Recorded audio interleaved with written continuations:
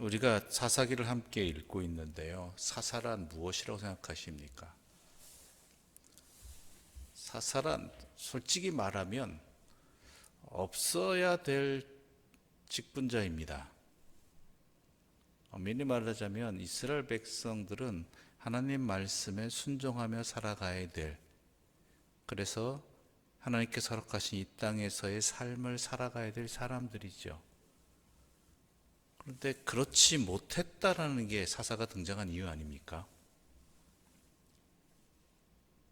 이스라엘의 불순종에 대해서 하나님은 진노하셨고 또한 거기에 대해서 징벌을 내리셨죠. 거기에 대해서 이스라엘 백성들은 자기들의 죄악을 그 징벌을 통해서 깨닫게 됩니다. 그런 다음에 하나님께서 깨달은 그들이 회개하자, 이스라엘 백성들이 회개하자 그들을 구원시키시기 위해 하나님께서 일시적으로 세운 사람들이 바로 사사라는 것이죠. 이것은 이스라엘의 지도자들이라고 보기보다는 하나님의 도구입니다. 일시적인. 즉 하나님께서 사사를 세우셔서 이스라엘 백성들이 그 당하는 자신들이 자초한 불순종의 대가로부터 회복시켜 주신 이유는 하나님을 바라보라는 얘기거든요.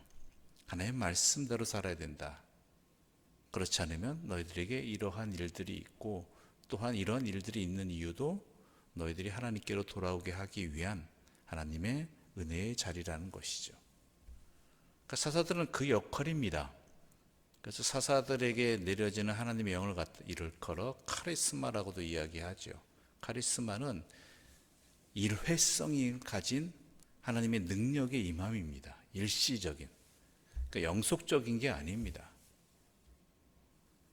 결론은 하나님께 돌아오는 것이고 하나님 말씀에 따라 살라는 것이죠. 그런데 이것이 변질되기 시작합니다. 그 이전부터 변질이 있었겠지만은 본격적으로 나타난 것이 바로 기드온 때부터죠.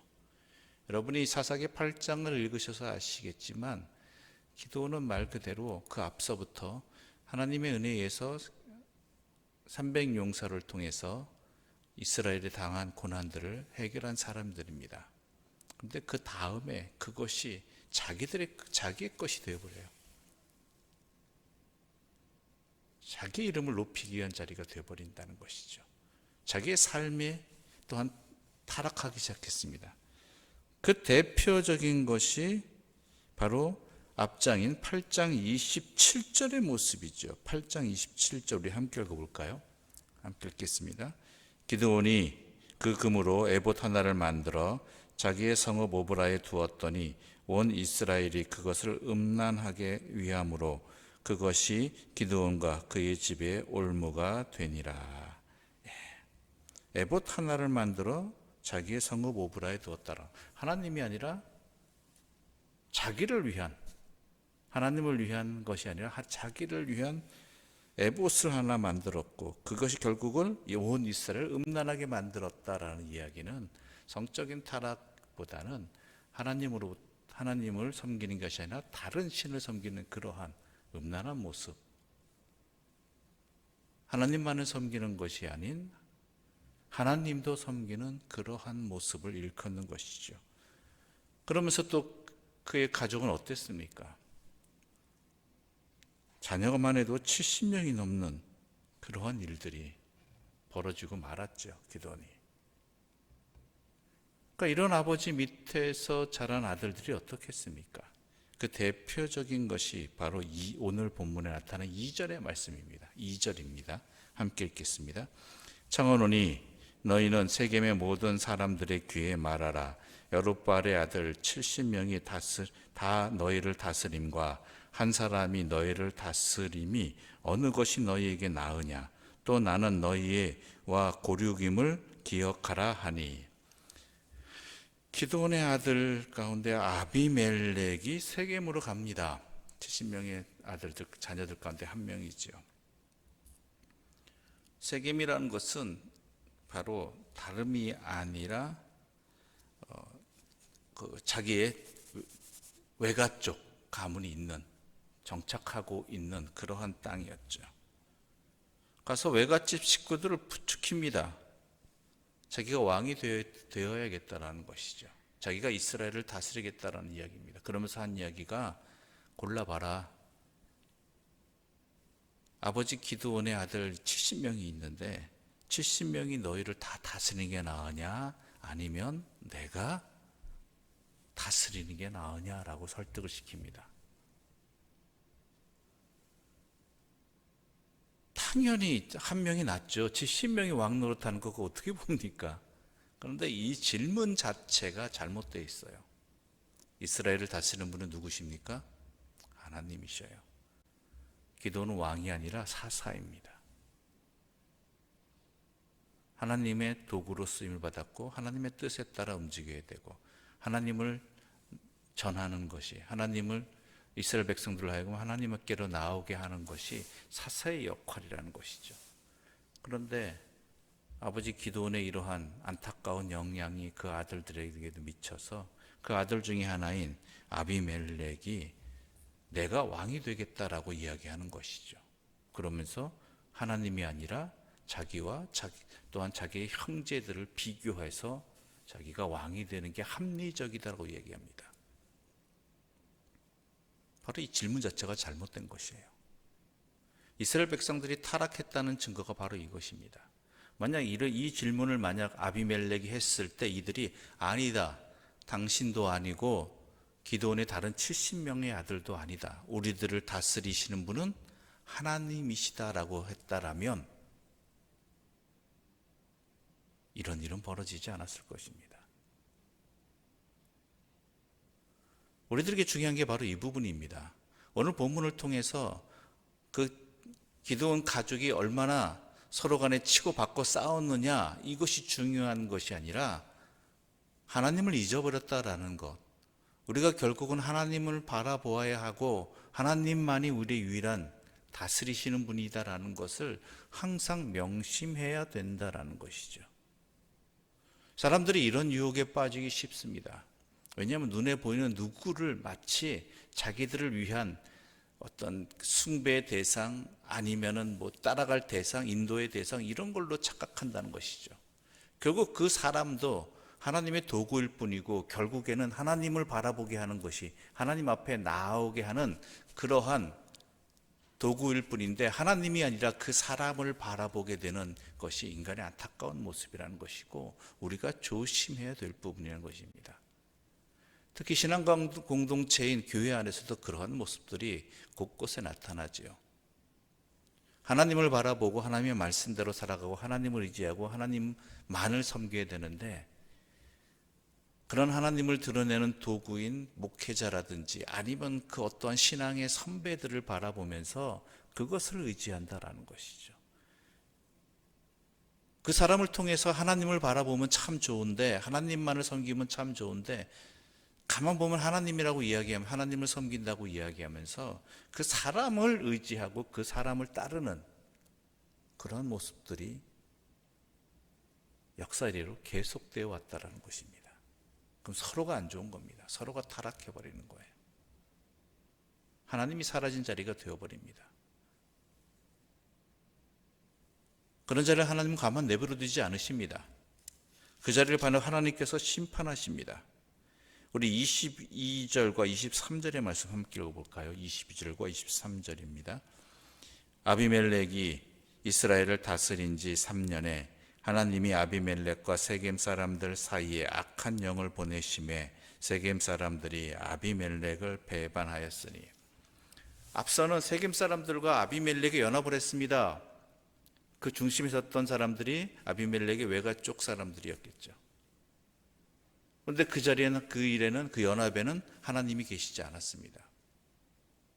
하나님은 이스라엘 백성들을 사랑하십니다. 가만 내버려두지 않으십니다. 그래서 어떻게 해요? 그 연합이 깨지게 만들죠. 처참하게. 그리고 그런 일을 주도한 아비멜렉에 대한 심판도 우리가 그 최후를 너무나 비참한 최후를 우리는 함께 읽었습니다. 여러분, 세상에는 너무나 당연한 일들이 많고 합리적인 일들이 많고 또한 옳은 일이 많습니다.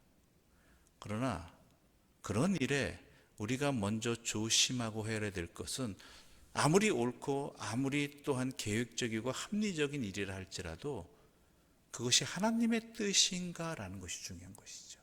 하나님의 뜻인가. 아비멜렉이 세겜 사람들에게, 그의 외가들에게 던졌던 질문은 매우 합리적입니다. 한 명이 다스리는 게 낫지 70명이 그 이스라엘을 다스리는 게 맞겠느냐. 그 질문 자체를 봐서 그렇습니다. 근데 그 질문에는 하나님이 계시지 않았잖아요. 우리가 이 세상을 살아가면서 여러 가지 문제들이 닥치고 또한 여러 가지 해결책들이 주어집니다. 그것이 합리적인 방법이고 옳은 방법이고 좋은 방법일 수 있습니다.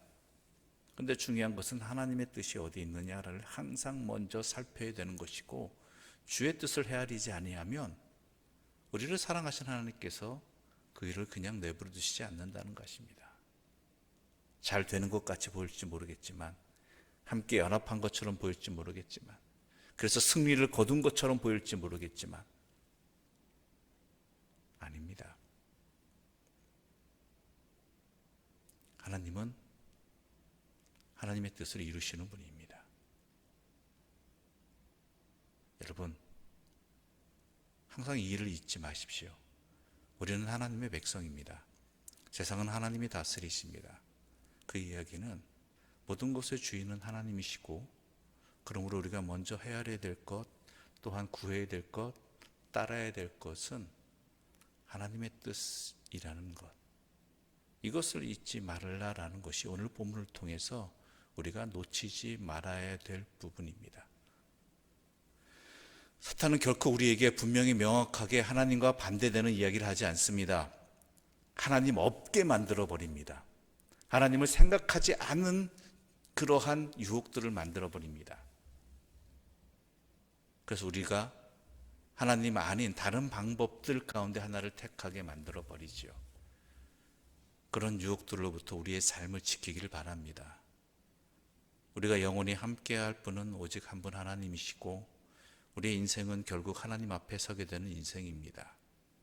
그러므로 주의 뜻을 먼저 구하고 주의 뜻을 따라 행하는 삶, 그것이 우리에게 참된 평안과 기쁨으로 이어지게 되는 참된 진리와 지혜의 길임을 명심하시고, 항상 잊지 마십시오. 먼저 여호와의 뜻을 구하는 지혜로운 하나님의 사람들 되시기를 간절히 소망합니다.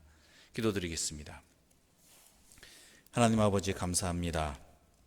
오늘 우리들에게 우리가 자칫 속기 쉽고 미혹되기 쉬운 그러한 삶의 여러 가지 유혹들을 깨닫게 해주시니 감사합니다. 이제 우리가 이 말씀, 특히 아비멜렉의 이 사건을 통해서 우리가 먼저 하나님의 뜻을 구하고 하나님의 뜻만을 따르는 지혜로운 길을 걸어가게 해주시고, 오직 그 길만 걷게 하여 주시옵소서. 세상의 많은 유혹들이 우리로 하여금 하나님을 생각하지 않게 만듭니다. 좋지 않은 일들을 통해 하나님을 생각하지 못하게 하는 경우도 있겠지만, 좋은 일들을 통해서 하나님을 깨닫지 못하게 하는 그러한 일들도 우리에게는 너무나 빈번하게 벌어집니다. 주여, 주의 성령께서 우리를 주관하여 주시어서 그 어떤 일에서든지 먼저 주의 뜻을 구하고 주의 뜻에 따라 순종하는 믿음의 길을 걸어가게 하여 주시옵소서. 예수님의 이름으로 기도드립니다. 아멘. 하늘에 계신 우리 아버지, 아버지의 이름을 거룩하게 하시며 아버지의 나라가 오게 하시며 아버지의 뜻이 하늘에서와 같이 땅에서도 이루어지게 하소서. 오늘 우리에게 일용할 양식을 주시고 우리가 우리에게 잘못한 사람을 용서하여 준 것 같이 우리 죄를 용서하여 주시고 우리를 시험에 빠지지 않으시고 악에서 구하소서. 나라와 권능과 영광이 영원히 아버지의 것입니다. 아멘.